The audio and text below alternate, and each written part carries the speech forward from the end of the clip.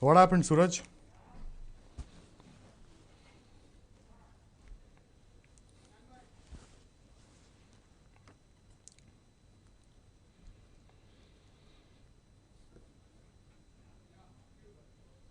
Hello and welcome to News 9 Facebook Live with me, Adarsh Vepachedu. Looking back, Kerala happened to be the first state to register a coronavirus case in the country. Ever since, the state has put all of its might into contact tracing and over time has been hailed as a role model in dealing with the pandemic and has also been emulated across the country. Cut to present, the Kerala government revealed its secret ingredient for successful and speedy contact tracing. CDR, that's right, Call Data Records. Chief Minister of Kerala, Pinarayi Vijayan himself revealed in his daily press briefing that the state police have been using call data records for months now as part of adopting innovative and scientific methods for effective contact tracing. Now, to speak about the kind of ethical and legal storm that's now brewing in Kerala and to also give an insight on whether Karnataka will follow Kerala's footsteps, who better than someone who's probably working in the COVID task force? Joining us live on the broadcast is Dr. C.N. Manjunath. Many thanks, sir, for joining us. My first question: opposition parties and legal experts in the state of Kerala have already termed this move a breach of privacy. What are your initial thoughts on using call data records for contact tracing? And while we are saying that Kerala is doing it right now, should we also say it is only the first state to do it, in that there will be other states that will follow suit? No, actually, this is as you already said, it's a breach of privacy. Yes. In fact, similar data collection by various, states earlier, even with respect to even, for example, our own government of India floated. They came out with this Arogya Setu. So there also, there were some speculation that it is there. There is erosion of privacy and all those things. Correct. And it is like infringement of privacy. So actually, although yes, the Kerala has adopted this model for effective and efficient contact tracing in this wake of pandemic, COVID-19 pandemic, but problem is, somewhere else there is always a fear and phobia among the citizens that this could be sometimes maybe misused or it could be exploited on some occasions. Although on the record now, government of Kerala is telling it is only for the purpose of Correct. contact In fact, tracing. that was just going to be my follow-up question as to how, Doctor, you're speaking about there could be a breach of privacy and there are certain concerns surrounding it, but the Kerala Chief Minister himself has categorically stated that whatever information is being collected will not be passed on to anyone and will not be used for any other purpose. So I wanted to tell our viewers as to how exactly will listening to these phone conversations help in contact tracing and also for the sake of public health and safety. If you could tell our viewers as to what exactly happens. No, here the whole objective of contact tracing is that they should be effectively, they are just following their movements and also following their symptoms. Suppose if somebody is on home quarantine or if they are on critical or COVID care centers with mild symptoms or with very minimal symptoms. So by this, they could able to monitor the progression, whether they are improving or by chance they are slipping into any serious condition. Accordingly, their future plan of treatment can be planned. That is one. And also, it's also puts these people under surveillance that they should not, they have to follow the guidelines as prescribed by the particular state or by Government of India. So this is basically done in the best interest of the patients who are tested positive. That is correct. But only issue is somewhere there is always a fear and also some phobia that they are being watched, they are being always.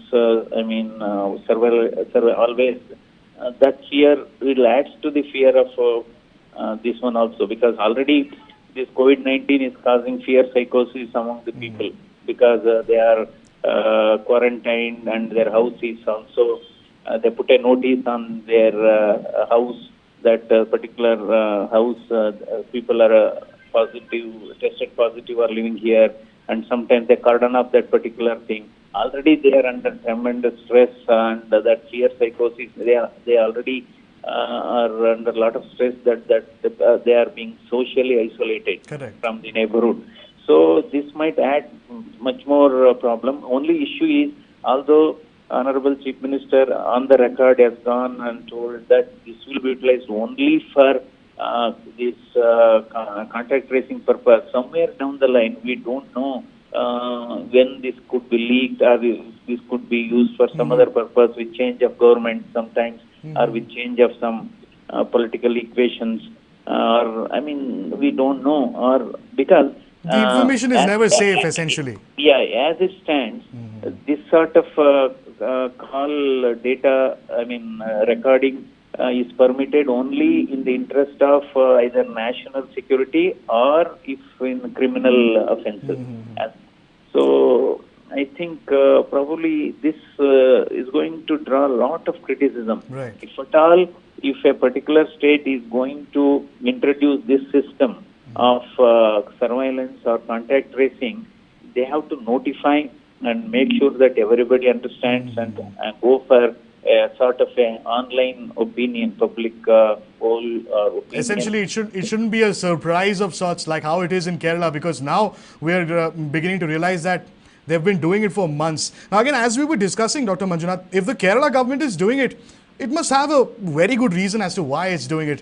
How important is the factor of COVID patients not revealing details accurately to the health officials in such a case? And there have been similar issues we have faced right here in Bengaluru as well. Could you elaborate on that? This boils down to this civic or public honesty. Okay, so people should come forward and give proper address and proper contact number. Nothing will happen, even because whatever authorities, health authorities or government is trying to do is to help these patients. Correct. Although I agree, the fear of the procedure of isolation or procedure of quarantining and taking them, because there is some fear that once they are tested positive, suppose by chance they are taken to some COVID care centers, or they are going to take them to some other COVID care hospital.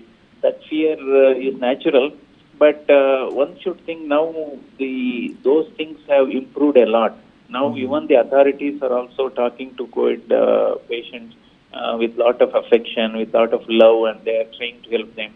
Now that is not an issue now, because Government of Karnataka has announced home isolation. Yes. Okay, even for people beyond 60, provided even if they may be having comorbidities. But if the family physician or their family doctor clears them that he is fit to stay despite 60 years of age, despite some small minimal comorbidities at home, they can stay at home. If the facilities at home is conducive with separate room or separate toilet facilities, they can still. So probably with this sort of a thing, so need for this sort of surveillance, I think, may not be required. Now, Doctor, you were speaking about the Arogya Setu app. Now, again, it brings an obvious question to my mind as to how the Arogya Setu app was also dragged into a controversy. It was used as a tool to trace contacts and became controversial, citing these very privacy reasons. Do you see the usage of call data records, this entire move being devoid of a legal controversy? That is part one of my question. Part two is as to whether you see this as a possibility here in Karnataka. As an expert, do you see Karnataka implementing the Kerala model? Actually, I think this is not under consideration to the best of my knowledge at this point of time. Okay. But regarding this legal issue, Arogya Setu, I think many people have adopted this. Again here, because it is, their government is insisting those who are coming from other states or those who have comorbidities, it is in their own interest. I think there is some difference between this Arogya Setu versus the call data recorder. Indeed, there is. Yes. There is a difference. Yes. Because that basically Arogya Setu just monitor your movements, basically location. where you are Correct. going, Correct. and it alerts. it alerts, suppose in the neighborhood if there are positive cases. So there is a lot of difference between Arogya Setu and this particular CD or whatever it is. No, in the sense that if Arogya Setu app itself invoked a little bit of concern, using call data records may as well invoke a bigger response. That was Dr. C.N. Manjunath. Many thanks, sir, for joining us and for sharing with us your thoughts. Categorically stating the COVID task force member that the usage of call data records right here in the country, in the state, apologies, is not under consideration at this point in time. So yes, we have followed the Kerala model when it comes to the National Disaster Management Act implementing. We were the second state to do it after Kerala followed suit immediately. But when it comes to the usage of call data records to trace COVID-19 patients and their contacts, not for now in the state of Karnataka. And that's all I have for you in this brief Facebook Live interaction. If you've liked the information that we have shared, do not forget to like, share and subscribe to News 9 on YouTube, Facebook, Instagram and Twitter. Many thanks for joining us.